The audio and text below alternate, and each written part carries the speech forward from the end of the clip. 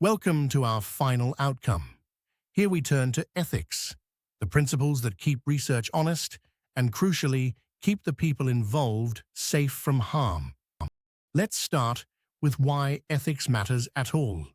Research ethics are the moral principles guiding how a study is planned and run, and they exist above all to protect the people taking part and to keep the work trustworthy.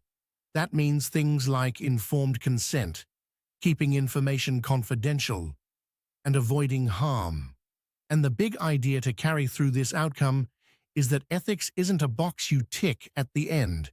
It's built into every single stage. A few definitions to set us up. Confidentiality means keeping participants' information private and only using it in the ways they actually agreed to. Anonymity goes a step further, making sure no one can be identified from the data or the final report at all. And personal data is any information that can identify a living person, which in the UK is protected by law under UK GDPR. Why does confidentiality matter so much? Because it draws a line around how much personal data can be shared without someone's consent. People will only be honest, especially about sensitive things, if they trust that what they say stays protected.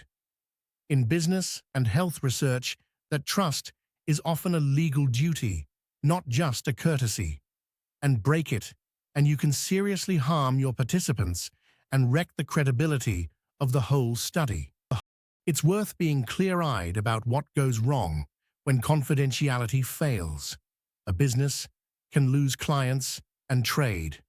Leaked data can be misused for fraud or discrimination. Participants may face real distress, embarrassment, even harm in their daily lives, and the organization behind the research can end up with legal penalties and lasting damage to its reputation.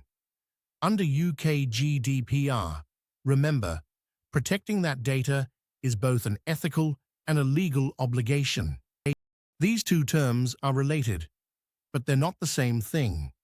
With confidentiality, you might know exactly who said what. You simply keep it private and secure. With anonymity, even you can't link the data back to a named person. In practice, you protect people by stripping out names, using codes or pseudonyms, storing everything securely, and reporting only grouped findings rather than individual ones. Here's how that looks in a real study. A student interviews employees about stress at a local company. Each person is told exactly how their words will be used and gives their consent. Real names are swapped for codes, participant 1, participant 2, so nobody can be identified. The recordings live on a password-protected drive, never shared or posted online. And the report talks about themes rather than individuals, so no single employee can be traced or blamed. Ethical research rests on several principles working together. Some are there to protect the people taking part: informed consent, doing no harm, privacy, and safeguarding. Others protect the quality and honesty of the work itself: confidentiality, integrity, and honest referencing. Which ones bite hardest depends on your topic and who's involved, but they all pull in the same direction: protecting people and keeping the research sound. Let's zoom in on 4 core principles. Informed consent means participants understand the study, agree freely, and can walk away whenever they like. Beneficence is about doing good and avoiding harm. Your study shouldn't damage anyone physically or emotionally. Privacy, under GDPR, means respecting and lawfully protecting personal data. And safeguarding is the extra care owed to vulnerable people, children say, or those who are unwell. Informed consent deserves a closer look. People must genuinely understand what they're signing up for before they agree, the purpose, what they'll be asked to do, any risks, and how their data will be used. That agreement has to be freely given, with no pressure, and they can withdraw at any point. And where children or vulnerable adults are involved, you also need consent from a parent, carer, or guardian. Beneficence simply means acting for the good of your participants and of society more widely. In practice, that's about avoiding harm, physical, emotional, or social, and thinking it through in advance. You identify the risks before you start and keep them to a minimum.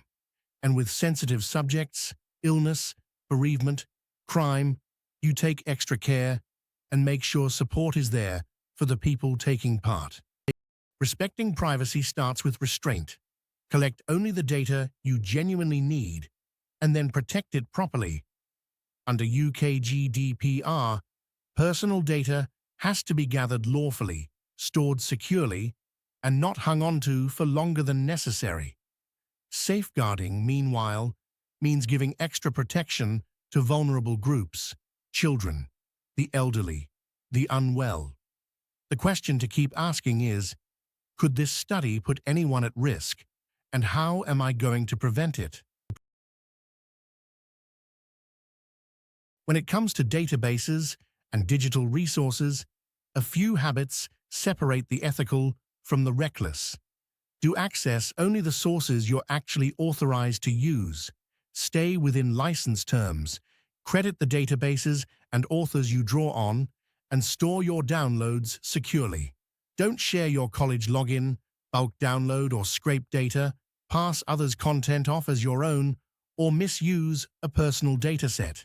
In short, use digital sources lawfully, responsibly, and with real academic integrity. This slide really comes down to respecting other people's work. Don't illegally download, copy, or redistribute whole articles, books, or datasets. Do cite properly, crediting the databases, journals, and authors behind any information you use. Steer clear of automated scraping that breaches a site's terms. And never present someone else's text, tables, or images as your own. Worth stressing, plagiarism counts as an academic integrity offense even when it's completely accidental. Artificial intelligence is turning up more and more in research, so let's be practical about it. AI tools can help you search and summarize the literature and suggest sources worth chasing. They can check your spelling, grammar, and clarity, and they can help you organize ideas or make sense of a tricky concept. The important caveat is that every institution sets its own policy on this, and those policies have to be followed. So where's the line with AI? It's often fine to use it for brainstorming and planning your structure, for explaining a concept in simpler words, for checking grammar, or for suggesting search terms that you then verify yourself. What crosses the line is handing in AI-written text as your own, inventing data or fake references, using it where the assessment forbids it, or trusting its output without ever checking for accuracy or bias. The theme is doing your own thinking and staying honest. If you do use AI, the golden rule is to declare it honestly, in line with your institution's guidance.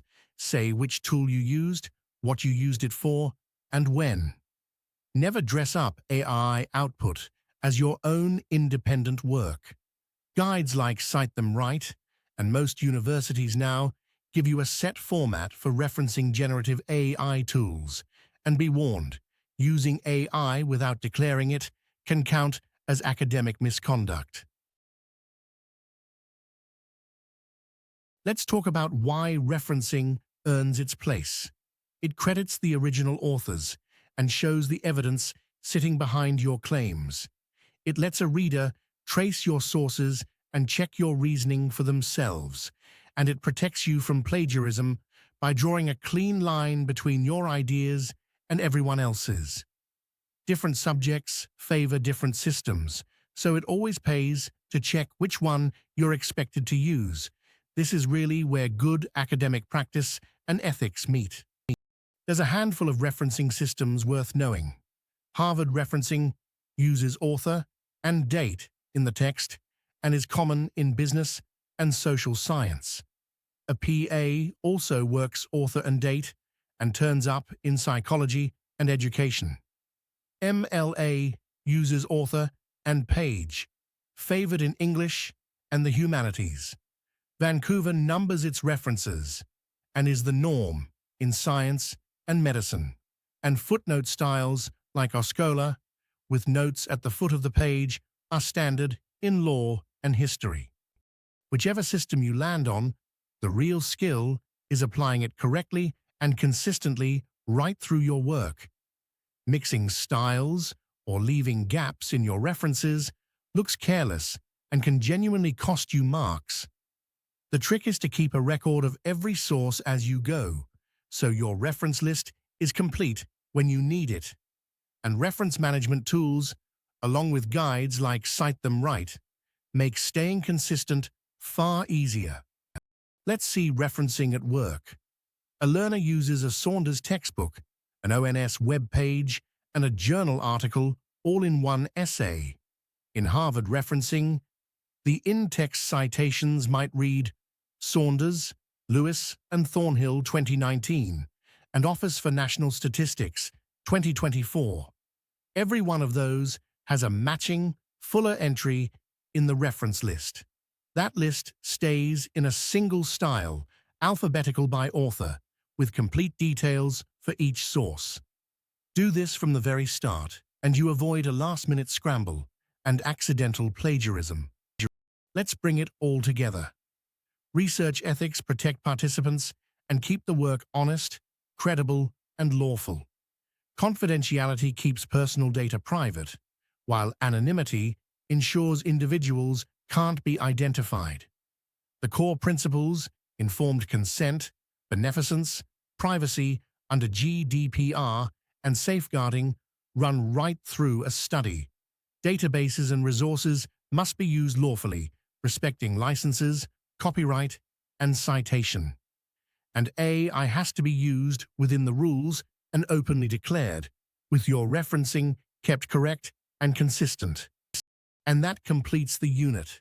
We've seen how confidentiality and anonymity protect the people who trust you with their information, how core principles like consent and safeguarding shape an ethical study, and why honest referencing sits at the heart of academic integrity.